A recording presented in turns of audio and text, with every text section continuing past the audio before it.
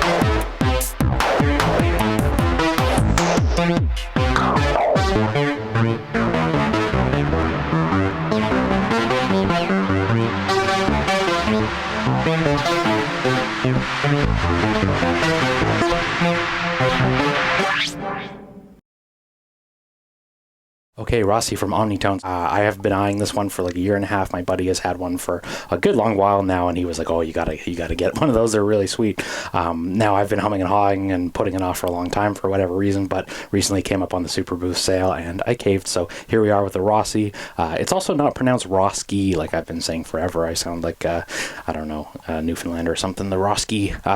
Anyway, they are a Canadian company.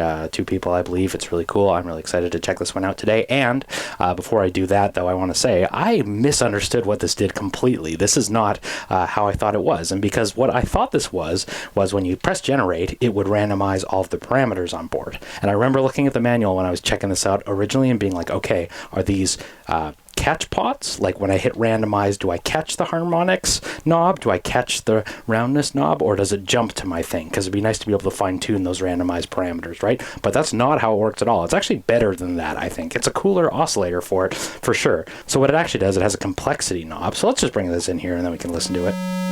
So it has a complexity knob that goes from 2 to 20 points. So, and it steps in like 6 different steps, so I don't know how much it's increasing by each time, but there's a random generated waveform that sits behind those values, right? So however the generation circuit is, I don't even know if it's a circuit or not, however the generate value works, it's stored your random waveform, and then you can choose how many points. And you'll notice that because it's random, the complexity isn't necessarily linear, right? Like it's like this certain step sounds more complex than this, right? To my ears. Now if we hit generate, we're going to get a new waveform, and then when you scan through and assign points of complexity, you get completely different waveforms. So in the case of this one where you have a random parameter behind the board, behind the scenes, so to speak, it's truly infinite. And that's just with the complexity knob. So that alone kind of is the killer feature of this one, I guess. But I just wanted to point that out because that's how I misunderstood it. Now, if I take out the complexity circuit completely, I can just go back to my square wave that you were listening to before. Now, no VCA, no filter, no nothing. We're just listening to the raw waveform output.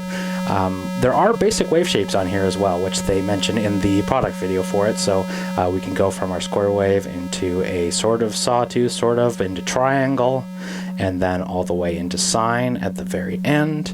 Like, it is a proper oscillator. And that aspect of it, I just kind of want to drill that home about how I misunderstood it. Like, that's actually a really cool thing. If you want a super stable, no analog fluctuations of tuning in a sine wave, it's on there too. Now, it's not as cool as doing, you know, complex shapes, getting crazy with it. I love getting crazy with it. These are like FM timbres. It's additive synthesis, I believe, technically. But like, that stuff's really special. Basic wave shapes, maybe, you know, easy ways to come about that other ways, but it just, to me, that sort of cements how it's really approachable to me, is like, you know, doing subtractive synthesis. It's easy to wrap your head around, okay, how many points in my waveform am I adding? What am I adding to it? Well, you don't get control over that other than just hitting the generate button, but it's fun to just cycle through and see what crazy complex wave shapes come through. Now, obviously, the first thing we're all thinking, or at least what I'm thinking about, is patching into the generate. What if we did this on a LFO? So, stepping through it, this is not audio rate. What if we do audio rate? Now, there's a certain speed where it won't even change, but if I bring it way down, you get wavetable scanning sort of sounds. And again, I love wavetable scanning sort of sounds, so complexity is rad. It will only do so fast. Now this is triangle wave. If I go square wave, yeah, it'll only do so fast, and I like the stepped waving. I like the stepped wavetabliness of it, right? That's really fun. Now in a drone context, it's kind of adding rhythm. That sounds really wonky, but I just want to, like, you know, demonstrate that I definitely love exploring about it, so it's fun. Like, the crazy different timbres that come out of here are super wild, super fun. Let's bring the complexity just up to something nice. I'll pitch it down a little bit so it's a little easier to see. Maybe let's change our scope time. So the roundness is technically setting interpolation between the points and smoothing them out, but it does kind of end up sounding like a low-pass filter, right? It gives you an opportunity when you're using complex shapes to kind of round them out without the filterness, right? And I think that's an additive synthesis thing, if I'm not mistaken. In the basic wave shapes, like that square wave before, that's how I was going into different waveforms, but when you're using a super complex shape, you can kind of take some of that brittle edge off of it using that. Now that being said, I like the brittle edge a little bit, so use the roundness knob sparingly in my opinion. However, it is nice to modulate that one if we patch that in there. And let's go triangle LFO in. Like, it can add a lot of timbre. And I know this kind of is the case for like everything in your rack, but with something as wild and digital as this, I feel like some of the most fun is in going through and throwing as much modulation at it as it'll take. Now the harmonic knob will add up to 6 harmonics. Let's listen to that. Let's check the complexity out just to hear what that sounds like with the square wave. So here's 1, 2, although it seems like they're infinitely variable, it's not stepping into new harmonics. So if you go up into the top, you basically get this like crazy chorus thing. And I'm very reminded of the ensemble oscillator in some of this territory, especially if we bring in the complexity. I need to probably pitch this down to tune it out, but yeah. And again, CV input there if we modulate the harmonics. You do get some stepping, though.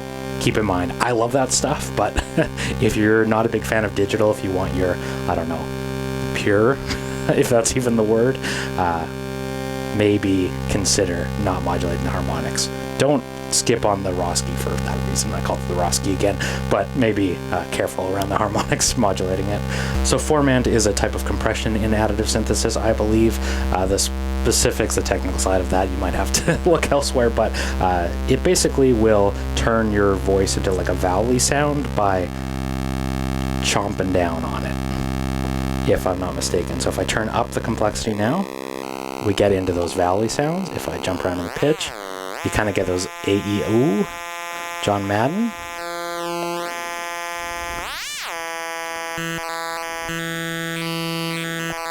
Yeah. Bring in some roundness too. And you really see the harmonics are just like, it looks like the graph on the Spectrophone. Just there we go. If you want robot sounds, you want some vocody-esque stuff, it's in there. Look how those harmonics are just smashed out. I love it. And then I think probably one of my favorite things on it, you can do chords using the detune knob. So let's go into something with less formant. I don't find I love the formant too much. That's totally fine. What I'm here for is the complex wave shapes. If we go in now, let's just hit generate a couple times, find something nice. Roundness can go up a hair. Harmonics can go up a little bit too. But if we sweep through the detune,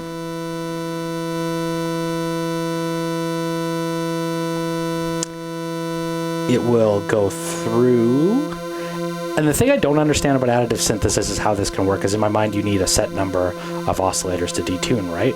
Because I'm not really sure how that differs from the harmonics, which also sort of sounded like a chorusy effect, right? Or there isn't set oscillators under the hood, so it's interesting to sort of guess at what this is doing, because you can go up and create chords, though. I believe that would make this a minor third, all the way up to a perfect fifth.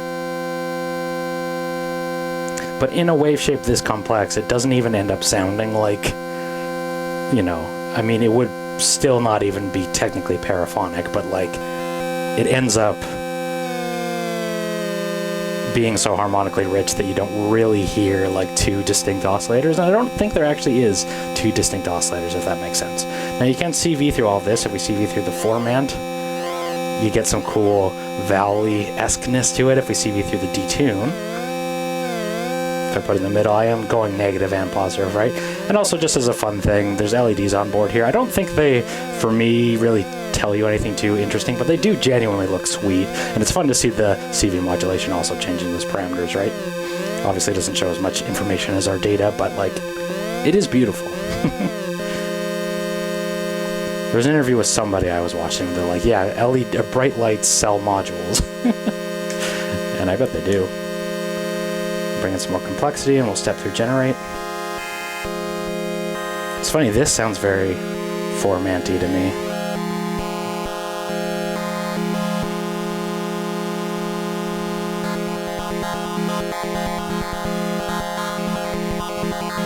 Yeah.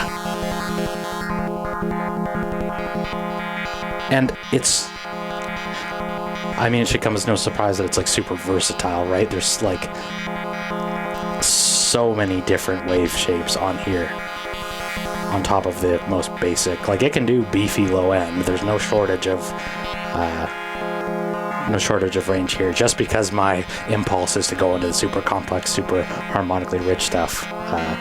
Basic waveforms are under there too. Let's go in and just send a whole bunch of modulation at it. We're just going to ping the randomness. If we do audio rate to the roundness,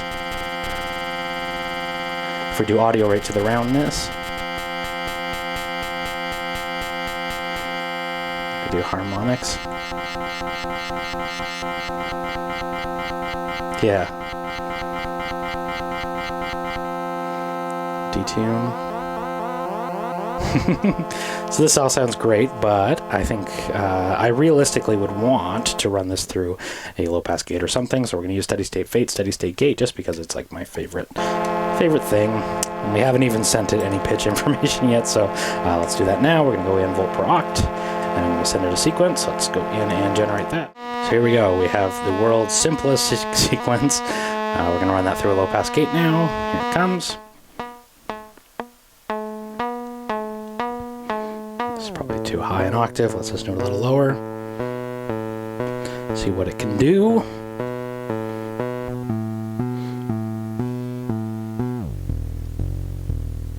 Like I said, there's no shortage of bass here if you want it.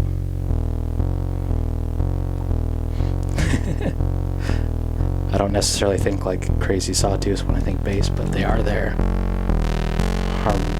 Roundness down. When you're using a filter, obviously, you don't need to use that roundness as much, but you can. Harmonics up. Pitch it up a little bit, and let's do that detune again.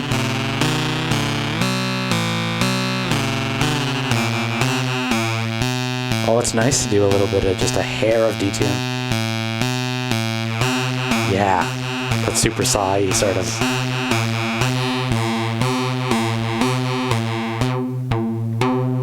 Yeah, that sounds nice.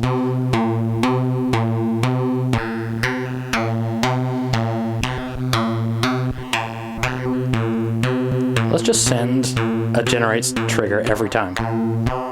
So we're getting a new waveform every time, right? Change the complexity.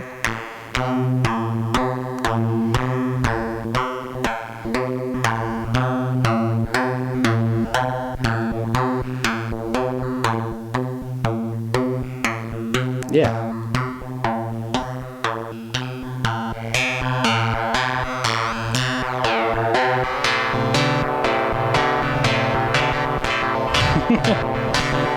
Maybe not that.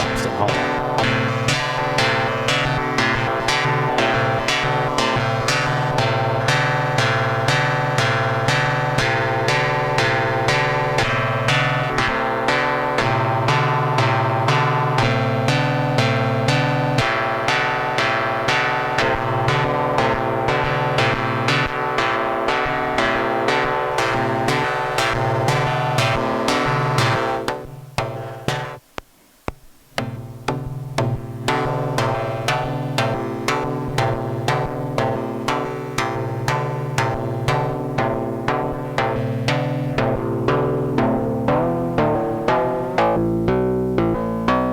But there's almost like I almost want to say like FM tones in there, like when you get into this like super round detuned additive territory.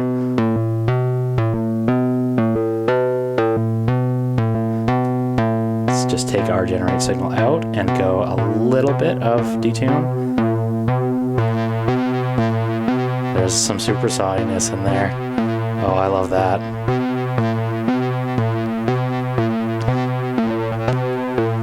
So what if I instead LFO the complexity knob? Triangle wave coming in.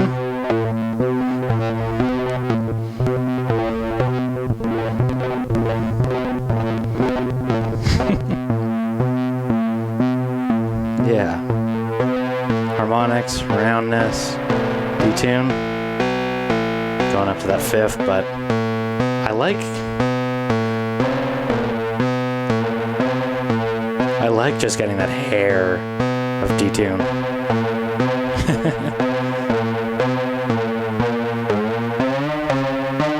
Yeah.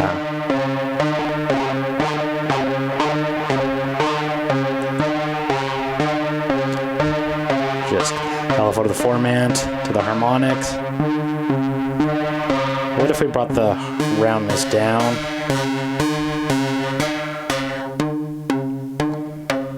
Oh, that sounds nice.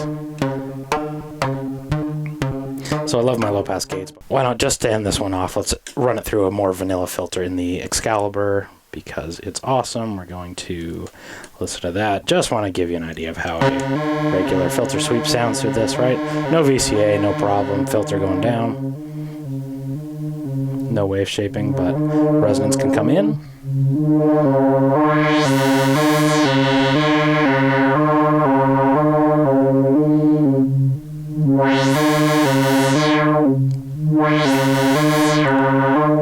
I really love how that sounds. Generate some stuff.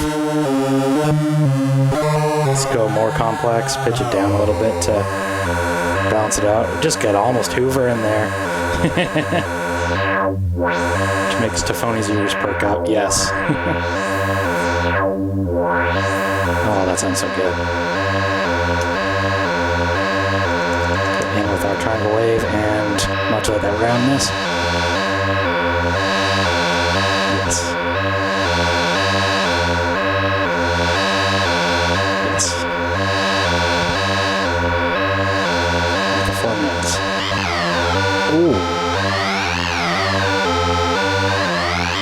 Almost sounds like a phaser. Yeah. Oh, this is killer. Yeah, let's go to complexity. Whoa. I'm here for that. Let's go audio rate and performance.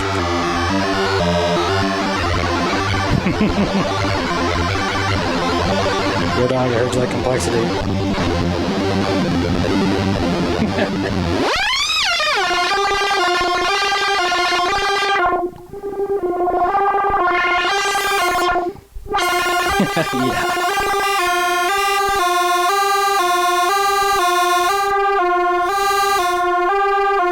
rawness, harmonics. Oh, those harmonics are really nice to ping. Formant.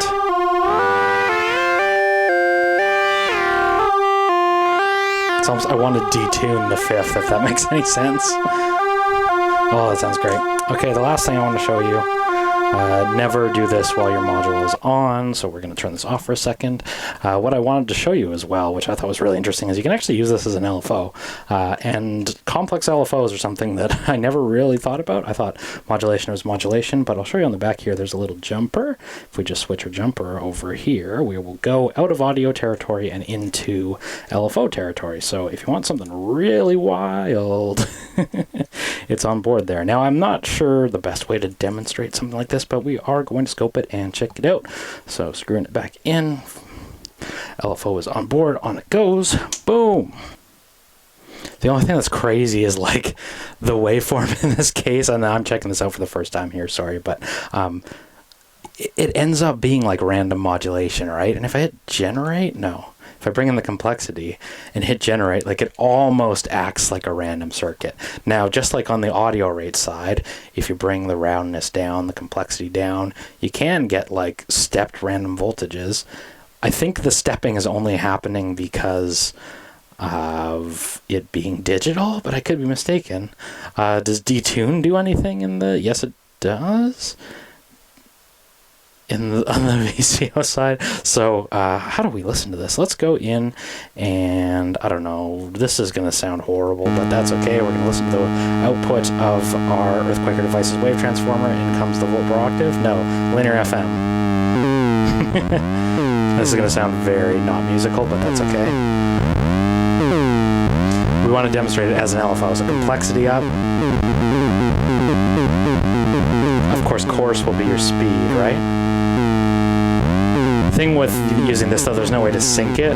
It's just going to be super random.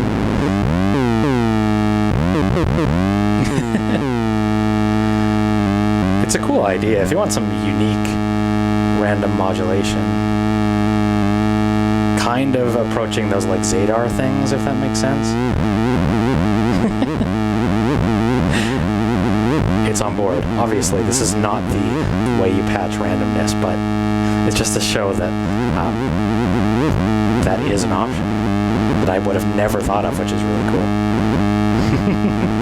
And that you definitely don't want to listen to vis-a-vis pitch. What if we did filter cutoff? So if we do frequency down on there, we'll patch this out here real quick. So we're just going to self-oscillate the Excalibur so you can hear it. Maybe we'll zoom in a little bit.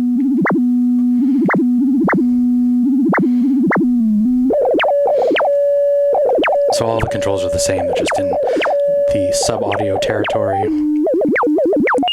So I guess you can, if you crank the roundness out, you can get like random signs? No, it's repeating the same wave shape. That's really interesting. Roundness down. I mean, also, I'd say my buddy was talking to me about this. I was like, where would you use this? And he was saying that it's really interesting to modulate the roundness because you can sort of cycle back and forth from... Sound like a mad scientist. You can cycle back and forth from stepped random into sine wave territory, so it can go da-da-da-da-da and then smooth out and then go crazy, right?